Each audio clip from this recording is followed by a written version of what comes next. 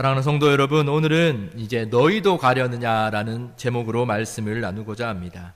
우리가 지금껏 요한복음 6장을 살펴보았습니다. 예수님께서는 오병이어의 기적을 행하셨습니다.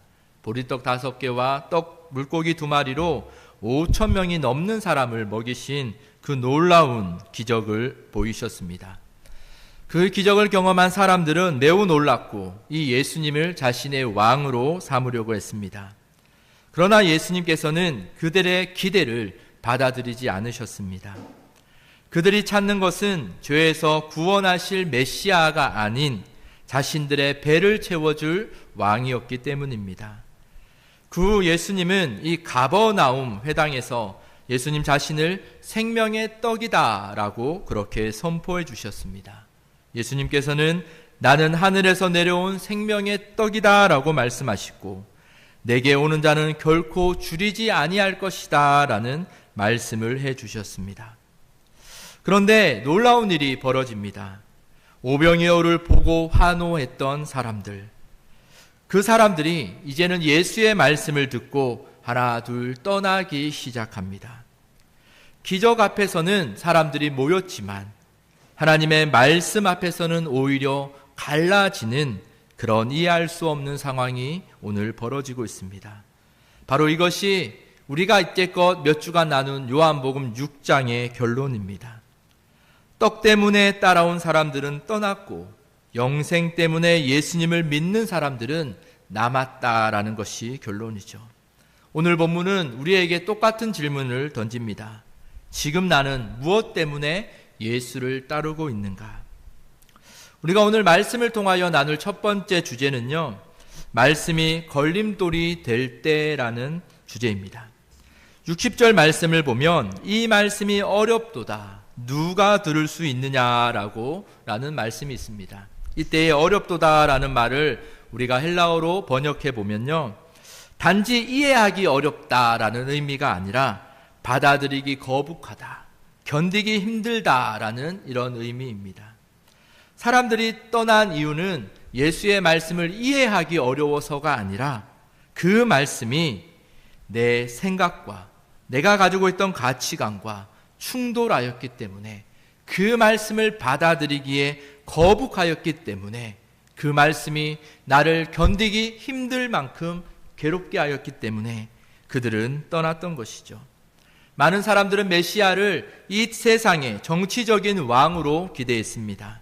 로마를 무너뜨리고 이스라엘 백성들을 회복할 그런 왕을 원했습니다. 그런데 예수님은 왕관이 아니라 오히려 십자가를 지시겠다라고 말씀하셨습니다. 떡을 더 주겠다라고 말씀하신 게 아니라 자신을 내어 구원하시겠다라고 말씀하셨습니다. 결국 사람들은 자신이 기대했던 메시아와 예수님이 너무 달랐기에 그들은 예수를 떠나는 그런 모습을 보이게 되죠. 오늘날 우리도 마찬가지가 아닙니까? 우리는 예수님을 믿으면 모든 것이 잘 될 것이다 라는 생각을 합니다. 우리는 하나님께서 우리의 계획을 이루어 주시기를 기대하고 고대합니다. 그러나 하나님은 우리의 계획을 이루시기보다 하나님은 먼저 우리를 변화시키기를 원하십니다.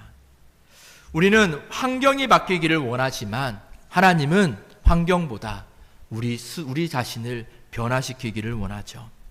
그래서 예수님께서는 63절의 말씀에 보면 이렇게 말합니다. 살리는 것은 영이니 육은 무익하니라.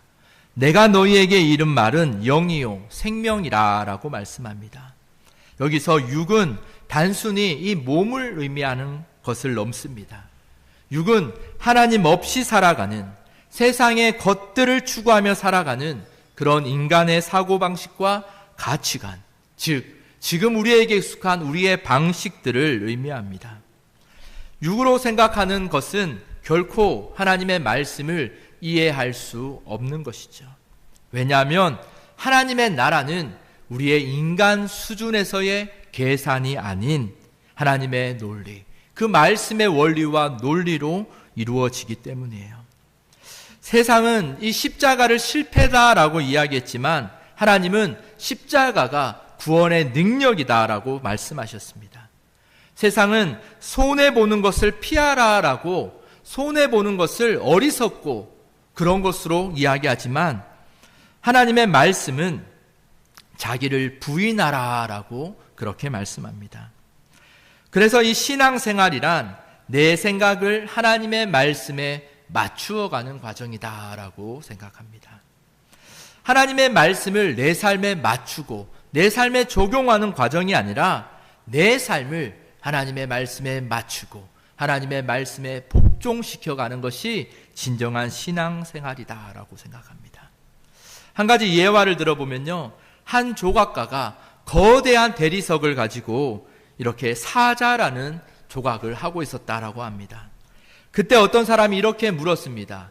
어떻게 하면 이렇게 멋진 사자를 만들 수 있습니까? 그런데 이 조각가는 이렇게 말했다라고 합니다.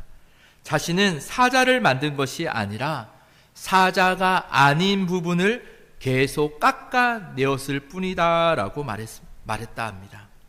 우리의 신앙도 마찬가지입니다. 하나님은 우리의 삶에서 하나님의 형상을 가리는 부분을 말씀으로 또 우리의 삶을 통하여 계속 깎아내 가고 계십니다. 그런데 그 과정이 아프기도 하고 괴롭기도 합니다.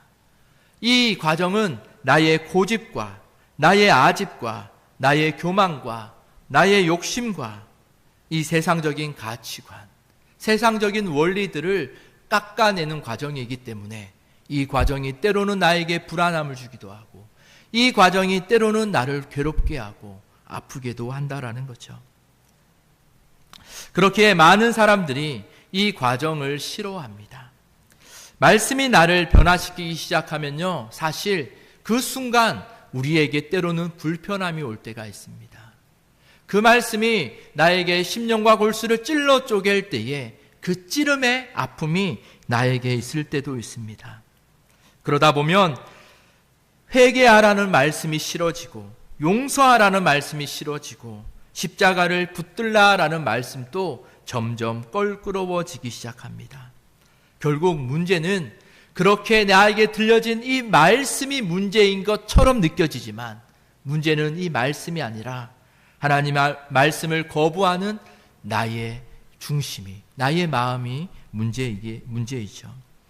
그러므로 우리는 오늘 이 시간 이렇게 스스로 질문해 보시길 원합니다. 나는 말씀을 판단하며 듣는 사람인지 아니면 하나님의 말씀 앞에서 내 삶을 판단받는 사람인지 우리는 하나님의 말씀 앞에 내 삶이 판단받기를 원합니다.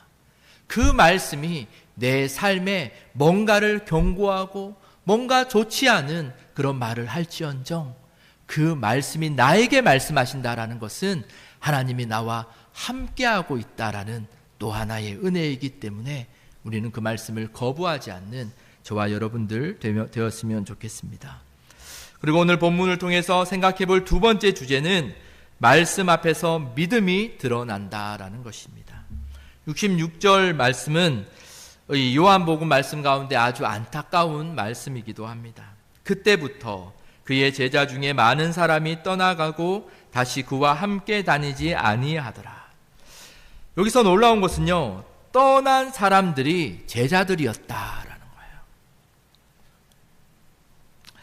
거예요. 그들은 말씀을 듣고 기적을 보았고 오병이어를 경험했고 하나님을, 예수를 그렇게 따라다녔던 그런 사람들이었습니다. 그런데 그들은 결국 떠났다라고 말합니다. 왜입니까? 그들이 기적을 덜 경험해서 하나님의 능력을 덜 경험해서 그들이 떠났습니까? 그들이 떠난 이유는 이 말씀의 기대가 자신들과 맞지 않았기 때문에 떠난 것이죠. 그들은 예수를 믿는 것이 아니라 자신들이 원하는 것을 위해 예수를 따랐다라는 것이 이 평소에는 드러나지 않았지만 예수의 말씀 앞에 자기의 믿음이 드러난다라는 거예요. 우리도 말씀 앞에 우리의 믿음이 드러나기를 원합니다. 우리의 믿음의 한계를, 이 말씀을 통하여 한계를 깨닫고 우리는 우리의 연약함을 고백하며 십자가를 붙들며 우리의 믿음이 말씀을 따라 성장하는 저와 여러분들이 되기를 원합니다. 그런데 많은 사람들은 이 말씀 앞에 자신의 연약함이 드러날 때 자신의 연약함을 인정하지 못했기에 많은 사람이 떠났죠. 예수께서 떡을 주실 때는 좋았습니다. 병을 고치실 때는 너무나 좋았습니다. 그런데 예수께서 십자가에서 죽으실 것을 말씀하시자 그들은 떠나갔습니다. 오늘 우리의 신앙의 가장 큰 위험은요, 성경의 예수님이 아니라 내가 만든 예수를 믿는 것입니다. 그래서 팀 켈러 목사님은 이런 말씀들을 하셨죠. 오늘 우리에게는 흔히 우리가 만들어낸 또 다른 신들이 존재하고 있다라는 경고를 하셨습니다. 혹시 여러분들은 예수를 믿지만, 교회에 오래 다니셨지만 내가 믿는 또 다른 신을 믿고 있지는 않습니까? 성경에서 말하는 그 진리를 일부는 가지지만 또 다른 일부는 내가 원하는 신을 함께 섬기고 있는 것은 아닙니까? 이런 상황 가운데 예수께서는 12제자를 보며 이렇게 물으십니다. 너희도 가려느냐? 이 질문은 12제자만을 향한 질문이 아니라 오늘 이 시간 우리에게 하시는 질문입니다. 너는 왜 나를 따르느냐? 너는 복을 받기 위하여 나를 따르느냐? 문제가 있어서 나를 따르느냐? 아니면 예수 자신 때문에 나를 따르느냐? 예수님은 사람들을 붙잡아 수를 눌리는 데에 관심이 있지 않으셨습니다. 예수님은 많은 무리보다 참된 제자를 세우는 것에 더 마음이 있으셨습니다. 그때 베드로가 이런 고백을 하죠. 주여, 영생의 말씀이 주께 있사오니 우리가 누구에게로 가오리까? 오늘 이 고백이 저와 여러분들의 고백이 되길 원합니다. 베드로는 예수님에 대해 다 이해해서 예수님이 말씀하시는 것들이 다 이해가 되어서 받아들여져서 이런 고백을 한 것이 아닙니다. 베드로는요, 우리가 잘 알듯 그는 앞으로 많이 넘어질 것입니다. 심지어 예수를 3번이나 부인하는 그런 일도 겪을 것입니다. 그럼에도 그가 이런 고백을 했던 것은 바로 주님 외에는 생명이 없다라는 그것만 알았기 때문이에요. 믿음은 완전히 이해가 되어 우리에게 더 이상 질문할 게 없을 때 믿음이 자라는 것이 아닙니다. 믿음은 우리의 의문보다 성경에서 말씀하시는 그 예수를 신뢰하는 게 바로 믿음입니다. 그래서 참된 믿음은 이렇게 고백하는 거죠. 베드로처럼 주님, 나는 이해가 되지 않지만 주님만이 생명이기에 나는 주님을 떠날 수 없습니다. 마지막 3번째 우리가 생각해 볼 주제는 끝까지 남는 것 또한 하나님의 은혜다라는 겁니다. 베드로의 이 아름다운 고백 뒤에 예수님은 뜻밖의 말씀을 하십니다. 내가 너희를 12를 택하지 아니하였느냐? 그러나 너희 중에 한 사람은 마귀니라. 예수께서는 가룟 유다를 말씀하셨습니다. 가룟 유다는 어떤 사람입니까? 제자였습니다. 가룟 유다는 같은 말씀을 들었던 사람이고 같은 기적을 경험했던 사람입니다. 같은 공동체 안에 예수와 함께 다녔던 사람입니다. 그러나 그 마음은 달랐습니다. 유다는 예수님을 자신의 목적을 위한 수단으로 여겼습니다. 겉으로 보기에는 똑같이 경건하고 거룩하지만 그 마음의 목적이 달랐다라는 거죠. 이 말씀은 우리에게도 경고합니다. 교회 안에 있는 것과 그리스도인은 같은 것이 아닙니다. 직분보다 중요한 것은 마음이고 우리의 그 연수보다 중요한 것이 우리의 믿음입니다. 그러면서 예수님은 이렇게 말씀하시죠. 내가 너희를 택하였다. 베드로가 끝까지 남을 수 있었던 이유, 그 이유는요, 베드로가 강해서 베드로의 믿음이 대단해서가 아닙니다. 주님께서 그 베드로를 붙들었기 때문이에요. 사실 제자들 가운데 베드로가 어쩌면 예수님의 말씀을 가장 이해하지 못했을 수도 있습니다. 가룟 유다는 돈을 맡은 자였거든요. 그 말은 아주 계산적이고 이해력도 좋고 세상적인 모습으로 보면 오히려 베드로보다 더 예수를 잘 따를 것 같은 그런 사람이었을 수도 있습니다. 그런데 베드로가 끝까지 남았던 이유를 예수님은 내가 너를 택했다라고 그렇게 말씀하시죠. 여러분, 우리가 자주 나누었지만 다시 한번 강조할 것은 믿음의 시작도 하나님의 은혜입니다. 그리고 지금 우리가 믿음을 연약하지만 유지하고 있는 것 또한 하나님의 은혜입니다. 그리고 끝까지 우리가 믿음을 지켜나갈 것 또한 하나님의 은혜다라는 거죠. 그래서 사도 바울은 빌립보서 1장 6절에 이렇게 말합니다. 너희 안에서 착한 일을 시작하신 이가 그리스도 예수의 날까지 이루실 줄을 우리는 확신하노라. 믿음의 시작도 하나님이시고 믿음의 완성도 하나님이십니다. 우리는 그 하나님의 은혜를 붙잡고 살아가는 자들이 오늘날 이 시대의 성도들이고 교회입니다. 등산을 하다 보면요, 어린아이가 아버지의 손을 잡고 올라갈 때가 있습니다. 저도 아이들과 함께 어디 조금 위험한 곳, 제가 가끔씩 여기서 집까지 이렇게 걸어가거든요. 걸어가다 보면은 딴 데는 다 괜찮은데 저기 설린대 앞으로 넘어가다 보면 거기에는 인도가 없습니다. 그래서 도로 한편으로 이렇게 걸어가야 되는데요.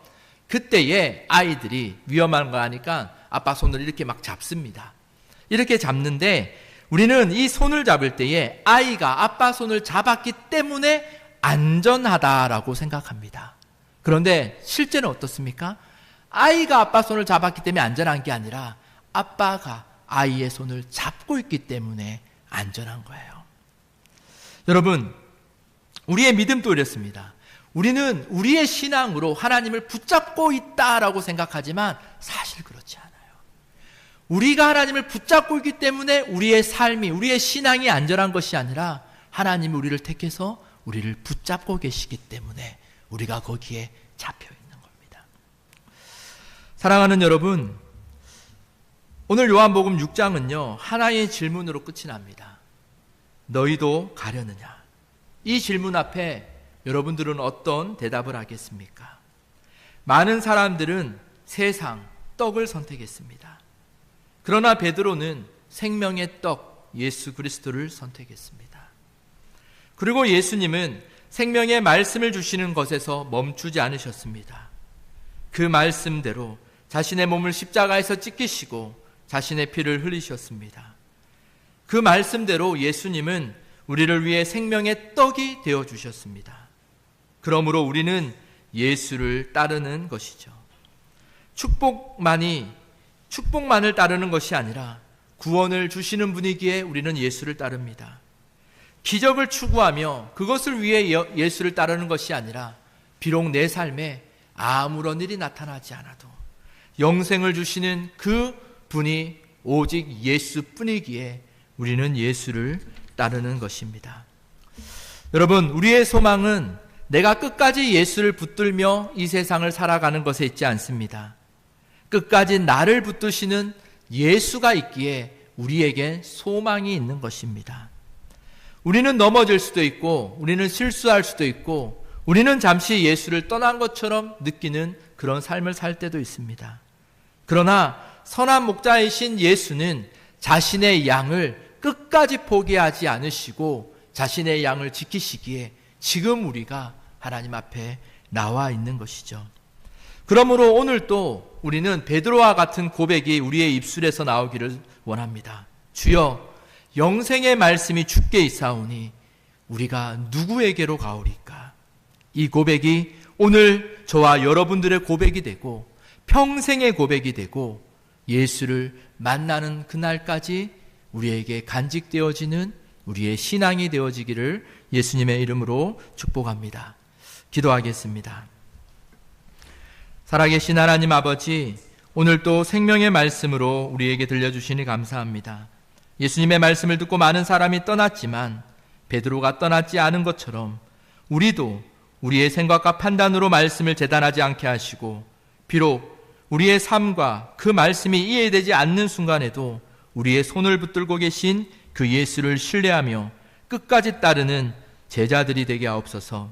눈앞의 유익과 세상의 만족을 따라 주님을 찾는 믿음이 아니라 오직 그리스도만이 생명의 주인이심을 믿고 살아가는 믿음을 허락하여 주옵소서. 특별히 우리 초곡 시온교회가 이 말씀 위에 굳게 서는 교회가 되게 하시고 사람을 기쁘게 하는 교회가 아니라 하나님을 기쁘시게 하는 교회가 되게 하옵시고 우리의 모든 성도들이 말씀을 사랑하고 말씀을 붙들고 말씀대로 살아가는 참된 제자들이 되게 하옵소서. 오늘 받은 말씀을 우리 한 주간 우리의 삶 속에서 실천하게 하시고 우리의 가정과 일터에서 예수 그리스도를 따르는 삶으로 하나님께 영광 돌리게 하옵소서.